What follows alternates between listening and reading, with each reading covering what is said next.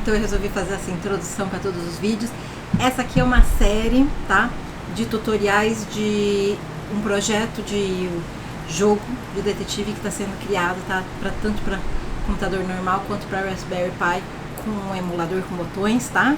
Que vai usar o GPIO.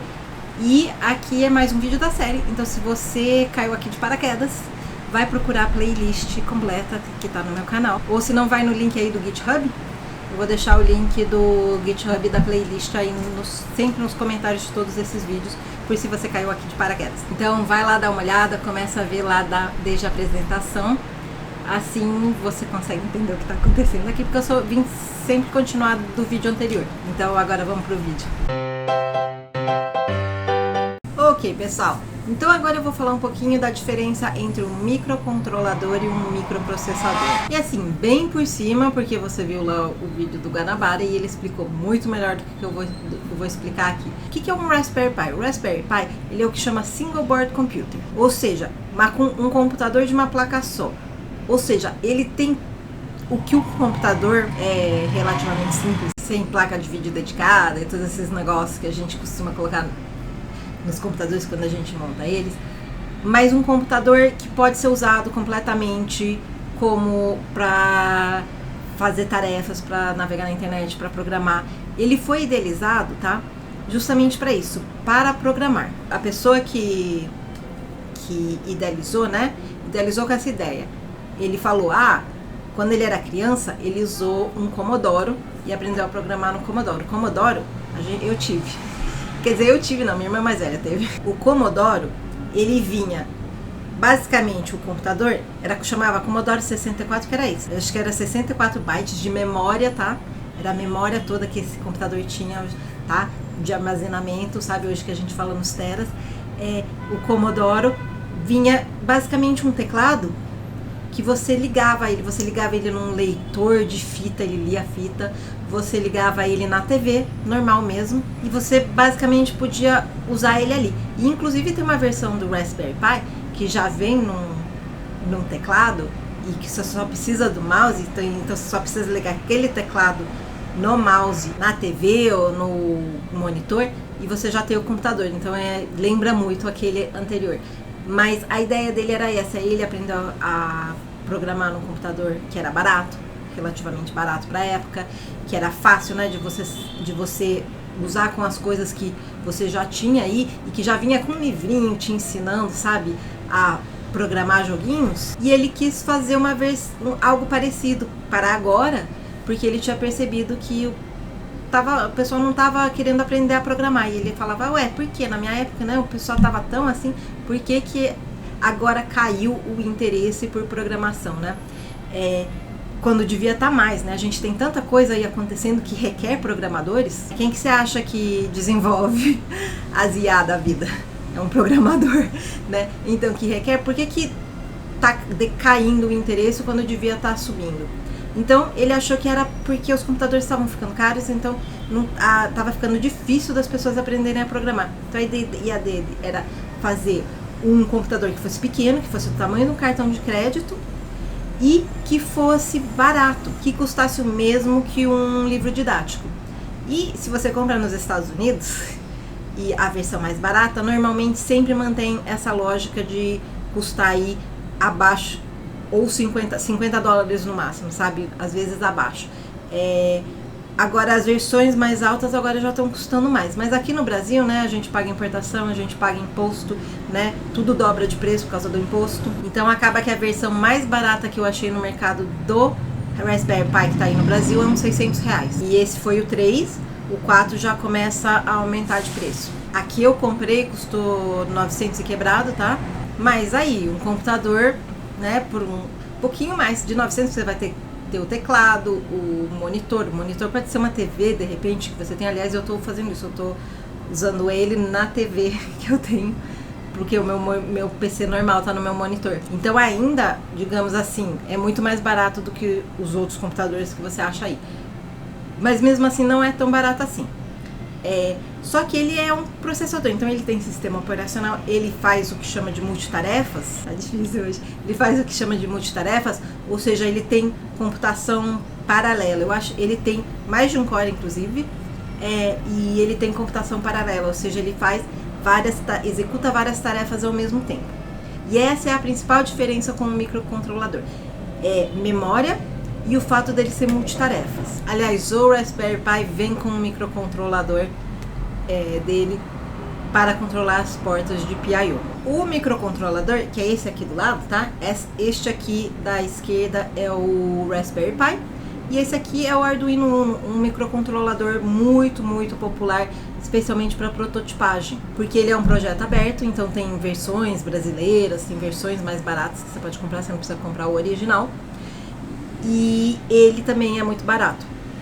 Então eu comprei uma placa dessas por menos de R$100. Então você vê a diferença, né? Eu comprei uma, acho que da Casa da Robótica, acho que foi R$85. Então você já viu a diferença de preço aí, né? 85 mil, né? Mas um microcontrolador, ele tem uma memória muito pequena, uma memória tanto de armazenamento, né, flash, quanto uma memória de processamento, uma memória RAM bem pequena, porque ele é feito para controlar periférico, ele é feito para controlar sensores, receber informação de sensor e fazer uma programação relativamente leve, uma programação relativamente simples de repente ligar um LED porque o sensor disse isso, ou enviar os dados que ele recebe de um sensor para uma base de dados, ou acionar um motor quando você aperta um botão. Ele não está pensado em rodar um sistema operacional inteiro, ele não está pensado em rodar diversos programas de muito tipo. Inclusive, você programa o Arduino em C++, e se você quiser, você pode programar em Python, tipo, usando uma biblioteca a mais, mas aí você já está deixando seu programa mais pesado e você vai estar limitado com a memória, porque você vai ter que carregar seu programa para o Arduino. E então você vai estar armazenando aquele programa na memória flash, ele vai rodar dali e então você está ali. Eu tentei fazer, porque a gente tentou subverter, né, o uso do microcontrolador para ver se dava para fazer o jogo nele, para deixar justamente super barato.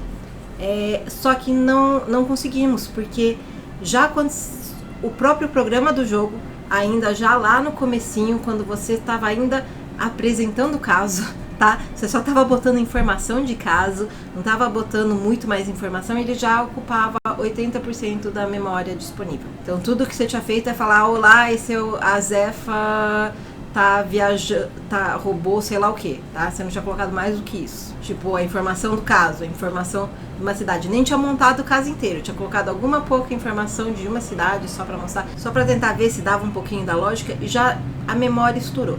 Isso que a gente fez testes, tá? A gente fez testes de display com ele para ver, porque eu queria que você pudesse criar o projeto numa plataforma de prototipagem online que chama Tinkercad, que é muito legal, que é para Arduino e que é completamente grátis. Porque daí, mesmo que você não pudesse comprar as peças, não tivesse o orçamento para as peças, você poderia fazer, sei lá, no computador. Eu até abri o Tinkercad no celular. Ficava meio ruim de ver, ficava difícil, mas você conseguia fazer o trabalho lá.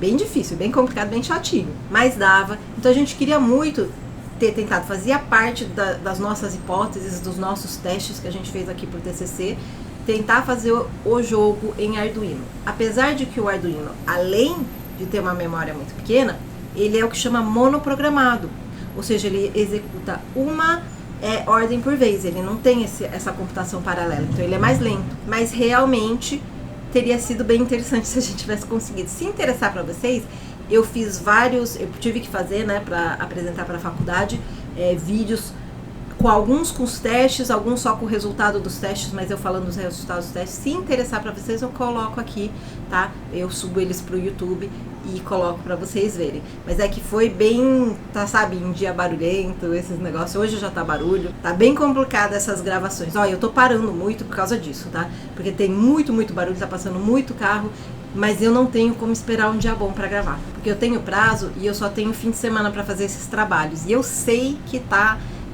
parado, tá? Eu tô vendo aqui as paradas estão numa média de a cada 10, 15 segundos, como acabou de acontecer.